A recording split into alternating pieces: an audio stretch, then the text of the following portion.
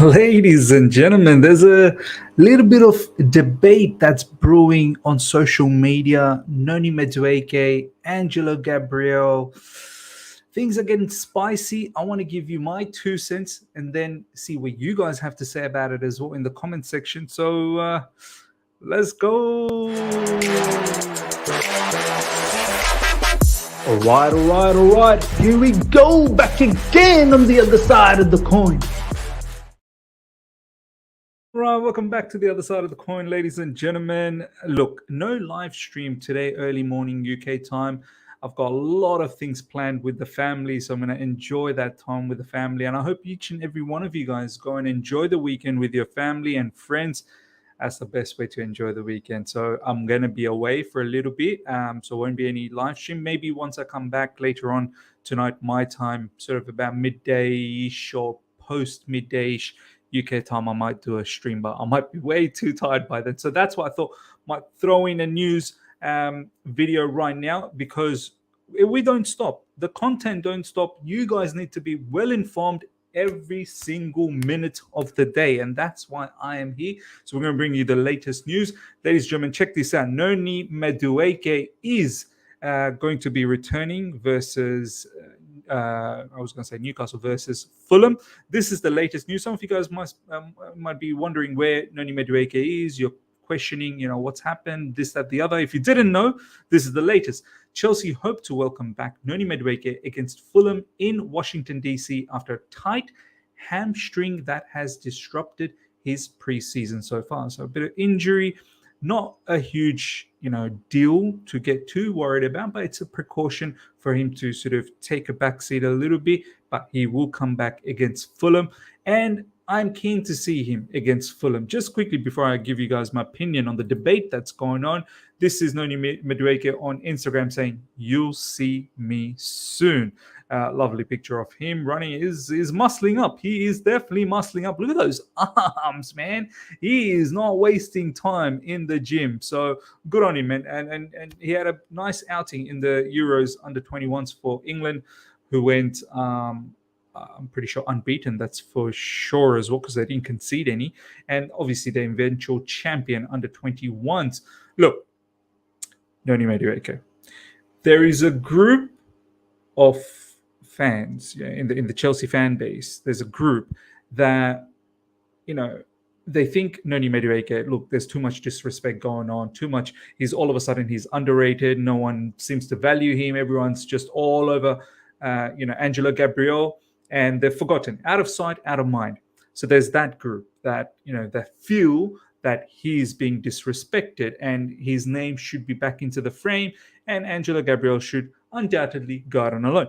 And then there's another group where I feel I belong, where I'm thinking, no disrespect to Noni Madueke. We've seen what he's capable of doing to a certain degree last season, which was such an abysmal season. He was a bit of the, shining light at the end of the tunnel, I suppose.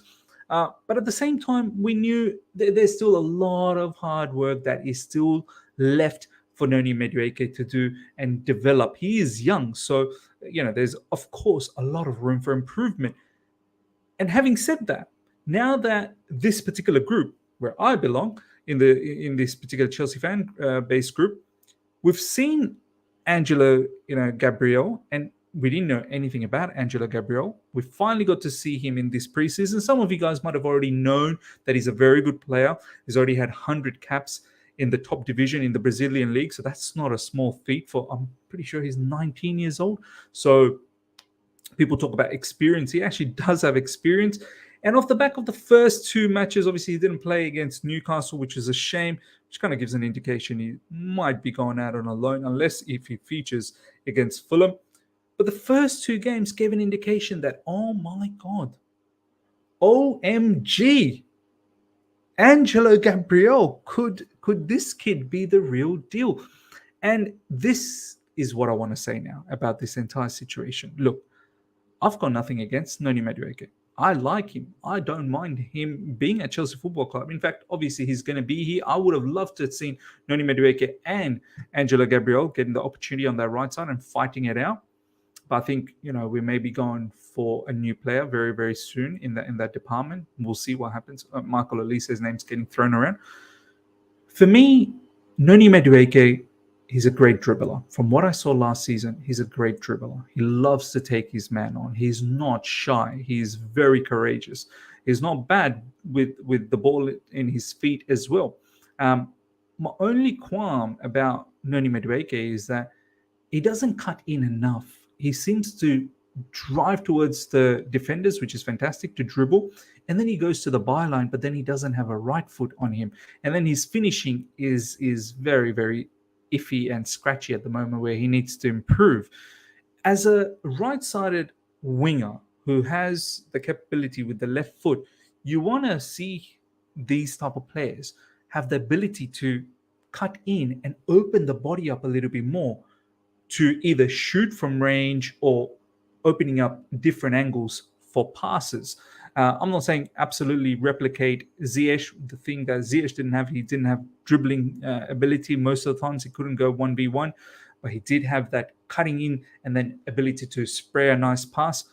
With Angelo Gabriel, however, ladies and gentlemen, not only he has the dribbling sense, he's pacey, he's got the dribbling sense. He can go to the byline, but most importantly, at will, he can turn in, and it's that give and go. He's got that footballing IQ to link up 1-2 short passes to open up the defense, opposition defense, and then get into really lovely positions to either score or set up another, another one of his colleagues, like he did against Wrexham. Now, forget about Wrexham being the opposition for a moment. Just focus on Angelo Gabriel's personal individual performance and his skill set. Don't worry about the opposition. All right? Look at his individual performance. The way he opens up and he finds those assists. He should have had 2 assists. There was a cross for Sterling that Sterling should have scored. Stone Cold should have scored that. And then obviously got that assist for Ben Chilwell. And in the second game, the way he dribbled against Brighton and got into that tasty position. I think he ended up finally laying it off for might have been Martson. Can't exactly remember. Or might have been Nicholas Jackson. But the way, I think it was about the 91st, 92nd minute, the way he dribbled from deep in our half, linked up with at least, I think it was Mudryk, it was Nicholas Jackson himself, and then ended up with Mart. He linked up with so many different players. It was so lovely to see. And that is something that I want to see from Noni Madueke. That is something, it's not always just about taking on your man and go 1v1 or 1v2 at times, right? There are certain times that ain't going to work. You're going to have to find ways to pass, quick passes, quick, sharp passes, give and goes, like we saw with Nkunku as well. Give and goes, like we saw with Nicholas Jackson, tapping it in for Mudryk to come in, and then Mudryk slaps that shot. We have to do those intricate passing at times. So, look, I'm excited to see Madueke against Fulham. Let's see what he brings. It will be his first game, so we can't be overly critical. But I have to say, I am a tad bit not disappointed. What's the word that I'm looking for? Not even annoyed, just, I guess, glass half empty, I suppose. That's the outlook, right? I wish, we saw a little bit more of Angelo Gabriel in this preseason. And then, I get it. There was a predetermined situation with him that once we got him in, the whole idea was that he was going to go out on a loan to Strasbourg. But I wish, circumstances when it's presented, that we are able to adjust and change our plans according to that. And what Angelo Gabriel is throwing at us is immense quality. So look, once again, that's my opinion. I would prefer to keep Angelo Gabriel. And in fact, if it was my way, if it continued in that manner, the way it has been so far with Angelo Gabriel doing well, Angelo Gabriel probably would have started for me against Liverpool on that right side. So we'll see how Madueke does, and we'll see what else we do in the transfer market in order to bring in some players in that area. But yeah, ladies and gentlemen, you let me know how you feel about Angelo Gabriel. Are you in agreement with me on what I said, or are you thinking, nah, Miz, look, calm yourself down. Angelo Gabriel, it's just the preseason. But don't forget, he's got a lot of wealth of experience in the Brazilian league. So let me know in the comment section. Next up, ladies and gentlemen, Ryan Cherki to Chelsea is not happening. This is coming from Nathan Gissing. I know some of you guys are a bit skeptic about Nathan Gissing. Even myself, sometimes I'm a bit skeptical about him. But look, he does have some internal knowledge. Obviously, recently he broke the news about Christopher Favell. He was the first one to report that. But this isn't too far-fetched. I don't think any top journalists have really linked us with Ryan Shirky. There have been bits and pieces from many other outlets, but your Fabrizio Romano's, your David Ornstein, I don't think has really linked us with Ryan Shirky. Might have said that we're interested, but the focus is definitely on Caicedo and in recent times, Kudus and Michael Elise. So look, with Ryan Shirky, from what I've seen in terms of French news and French news outlets, French articles that's been floating around in Twitter, it's quite straightforward. I think Laurent Blanc is telling Lyon ownership that keep him for another season because he is going to be a superstar. Like, he's got superstar qualities, and they believe that if he blows up one more season at Lyon, he's touted to be about 40 million, 50 million max because it's Chelsea. There's that Chelsea tax, 50 million euros, but they believe he can turn out to be an 80, 90, maybe even 100 million player down the track for Lyon, where Lyon can absolutely clean up. Obviously, Lyon are in financial trouble, but they're looking to sell other players, other youngsters, to make up, balance up their book. So look, Ryan Shirky, young player, exciting individual, got a lot of playmaking ability. He's got that dribbling sense, got that passing sense. He's a creator. He can play as a central attacking midfielder, or he can even play out wide, whether it's on the right side or the left side. So it would have been a nice rotational piece with Nkunku. But we do have to realize he is young, and there is question mark in regards to off the ball work rate. That's something that Ryan Shirky still needs to develop. But he's 19. I think he's 19. Pretty sure he's 19. That he can develop that. There's a lot of people that are saying, nah, let's go and get this guy now, because why wait till he's 90, 100 million down the track, and then we're going to have this same drama that we are having with Caicedo, we're going to have with this guy if we do end up wanting him later on. But we'll see. Once it comes down to that particular situation, if we are still interested in him. Right now, it is Christopher Nkunku up front. The central attacking midfielder, and then maybe it's Mohamed Kudus. So, right now it doesn't look like we are going to go for Ryan Shirky. Let's see what the future holds. Ladies and gentlemen, let me know. Like, are you worried that if we don't go after him this season, and if he does blow up, then the entire world is going to be after Ryan Shirky, and at that point, who knows if we are an exciting project still for Ryan Shirky. We may make it to Champions League, so we may have something to offer at that time. So we'll see what happens. Last but not least, ladies and gentlemen, Chelsea are open to extending Conor Gallagher's contract, but he could still head through the Stamford Bridge exit door.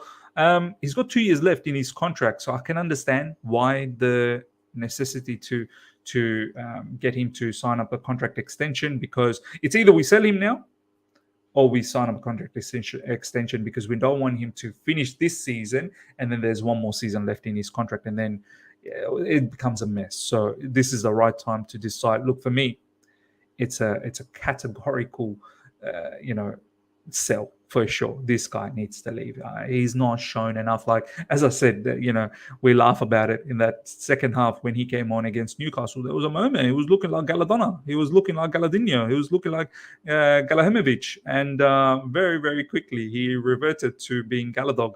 So you're going to get a bit of that. It was interesting to see how he tried to transform his game a little bit, played a little bit deeper as a register, that through ball for Nkunku. It was nice to see. He was trying to play a lot more passes from deep. But slowly but surely, his real quality kicked in. His first touch, he got a yellow card for against Newcastle. If you guys remember, that first touch deserted him, and then he fouled that Newcastle player. And that's where you're going to get with Gallagher. You're not going to get always quick thinking when you're with possession, opposition pressing, and you got to really pass the ball quickly to escape their press. Unless Gallagher improves all of these departments, there's a lot of improvement that needs to happen. Yes, he's young and potentially he could still improve, but it seems like he just doesn't fit this style of football where you want to keep the ball a lot more.